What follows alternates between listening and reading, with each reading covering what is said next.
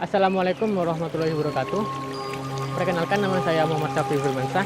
Kali ini saya berada di Desa Omben, Kecamatan Omben, Kabupaten Sampang, Madura, Jawa Timur.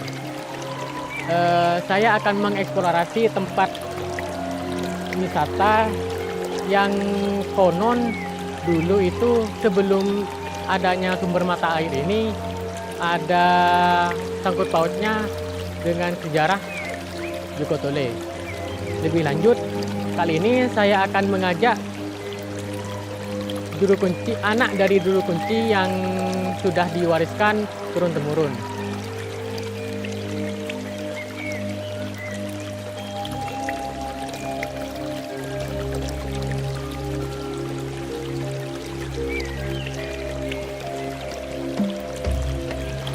Sumber ini sebenarnya awalnya di sini sejarahnya dulu di Omben itu sama wilayah sekitar tidak ada sumber mata air. Ada di daerah barat masyhur namanya Sumber Kuncis, cuma tidak seberapa besar. Pada zaman Raja Cakradiningrat II di Sumenep, ada seseorang tokoh Madura yang terkenal di masa itu dengan nama Jokotole. Jokotole sendiri adalah putra dari Adipodai. Adipodai adalah putra dari Panembahan Belingi. Jokotole semasa kecil dia dibuang oleh ibunya, Putre Koning, di mana ibunya adalah putri satu-satunya Raja Cakradiningrat II Sumenep, raja yang berkuasa di kala itu. Kalau tahunnya saya kurang tahu mas, tahun keberapa, tapi insya Allah bisa dicek, dikasih cek di data. Ada. Nah, karena dalam sejarah Putre Koning itu Putri Kuning tidak hamil dengan cara yang biasa, yaitu dengan cara pernikahan, tapi Putre Koning hamilnya ketika dia nyepi, atau menurut orang Jawa itu mokto, di Gunung Pacitan, ada di sini. Dia bermimpi bertemu dengan seorang laki-laki dan bersetubuh dalam mimpinya. Dan lewat mimpinya dia hamil. Nah, otomatis kan tidak masuk akal bagi warga baik sekarang atau warga zaman dulu. Apalagi sekarang sudah ada banyak ilmu tentang medis. Tidak masuk akal, tapi anehnya dia memang betul-betul hamil dan lahir dua putra kembar, Jokotole dengan Jokologi. Nah, Jokotole dibuang di desa Pekandengan Sumenep ada sekarang, dan dipungut anak oleh Empu Pekandangan di sana. Lalu ketika dia besar, singkat cerita, Empu Pekandangan dipanggil oleh Raja Mojopahit karena untuk membuat gerbang besi. Kebetulan Empu Pekandangan itu bekerja sebagai empu besi, membuat celurit atau keris dan yang lainnya. Nah, singkat cerita, karena sekian lama ayahnya tidak pulang, Jokotole menyusul.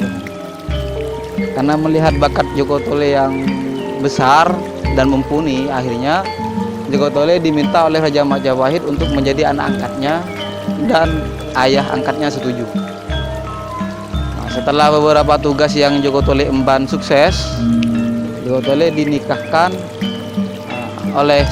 dengan salah satu putri raja yang bernama Dewi Ratnadi, nama istrinya.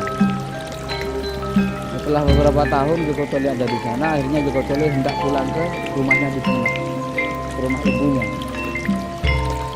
Dalam perjalanan pulang, dalam perjalanan pulang yang tadi timbul banyak sumber yang dikasih nama sesuai dengan sejarah pulangnya Jokotole. Ada yang masyhur ketika sampai pada Bangkalan, Ratnadi ini orangnya buta dan lumpuh.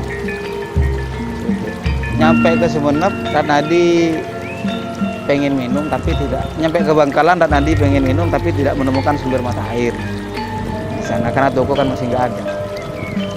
Akhirnya Jokotole menancapkan tongkatnya. Ada tongkat yang dikasih, ya ini secara mitos ya.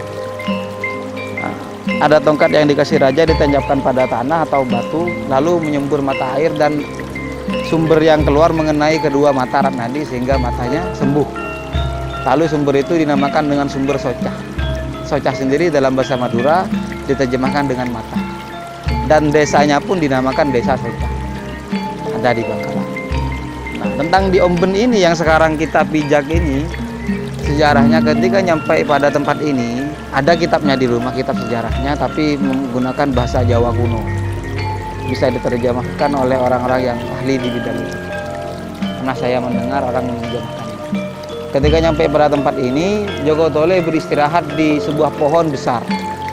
Pak, nama Maduranya pohon kesambih. Tempatnya ada di sana. Ada yang di rumah itu besar itu. Pohonnya tapi dulu sudah ditebang, dibangunin rumah. Pohon itu pohon tertua. Ada di sana. Nah, setelah Dewi Ratnadi pengen mengambil wudhu, karena dalam sejarah Joko Tole itu Muslim, karena keturunan Muslim. Jadi Penembahan Belingi, Adipodai, dan Joko Tole itu semuanya Muslim. Jadi istrinya ingin mengambil wudhu, tapi tidak ada air di sini. Akhirnya mencari tempat lembah yang tempatnya rendah untuk menemukan sumber mata air, ternyata tidak ada. Akhirnya Joko Tole menancapkan tongkatnya di sini satu. Di sini ya itu bisa dilihat sumbernya satu. Karena Joko Tole menilai itu terlalu kecil, Mas, ditancapkan lagi di dalam bangunan yang ini. Ada di dalam lubangnya. Lebih besar dari yang itu. Kurang lebih besar lagi, ditancapkan lagi di bagian pojok sana. Setelah ditancapkan yang lubangnya yang lumayan besar, akhirnya keluarlah sumber mata air ini yang 3 ini. Jadi sumbernya ada 3. Ada 3. Kenapa dinamakan Omben? Sejarah singkatnya, Omben itu sebenarnya diambil dari bahasa Jawa. Amben, yang bermakna pakaian dalam perempuan. Amben. Nah, ketika Dewi Ratnadi mandi di sini,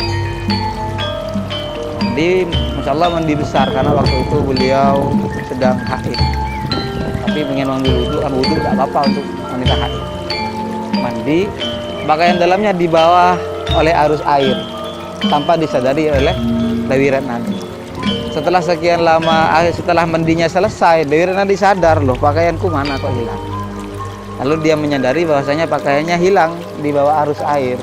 Akhirnya Joko Tole mengejar pakaian itu sampai ke selatan, di ujung sana, di selatan, dan pakaian dalamnya tidak ditemukan. Lalu dengan itu Joko Tole berdoa semoga sumber mata air ini tidak keluar dari desa ini. Desa Amben. Amben namanya. Amben, tapi seiring berjalannya waktu berubah menjadi Omben. Kan tidak enak kalau dinamakan Amben.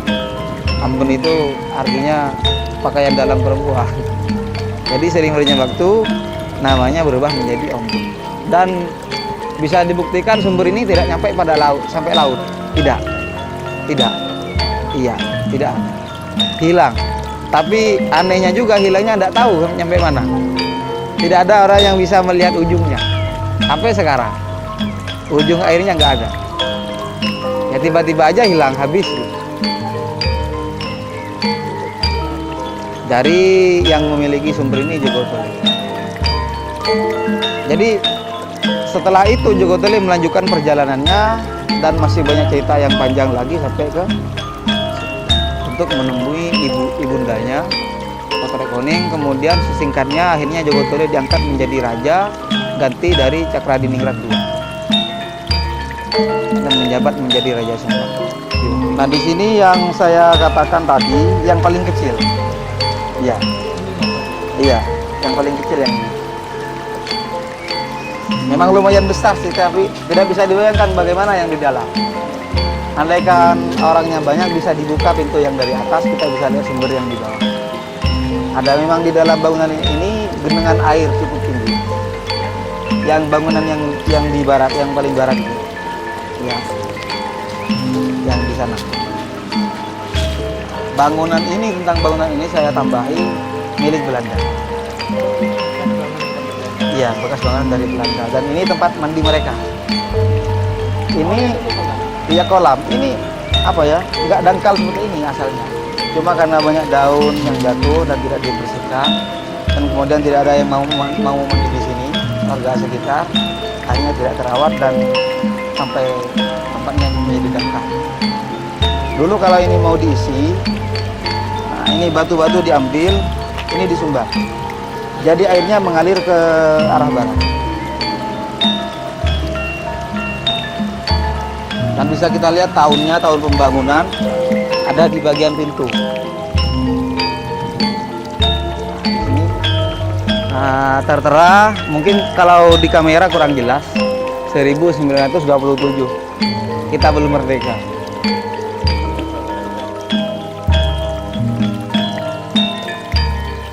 Pada zaman dulu dipegang oleh nenek moyang saya, karena waktu itu beliau penduduk pertama di sini, dan Jogo Tole minta tolong ke beliau untuk meminta air buat wudhu.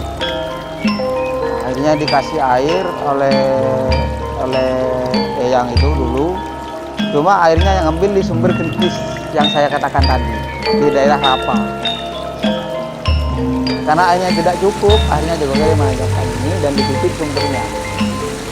Ya, akhirnya sama beliau dirawat sumbernya, dijaga. Kemudian nyampe ke masa pemerintahan Indonesia berkuasa karena dulu masih Majapahit. Akhirnya untuk daerah sini dan sekitar tanah ini dipasrahkan pada pemerintah untuk dirawat oleh pemerintah. Karena kalau tidak dipasrahkan pemerintah, khawatir cucu keturunannya akan saling berebutan untuk mendapatkan tanah.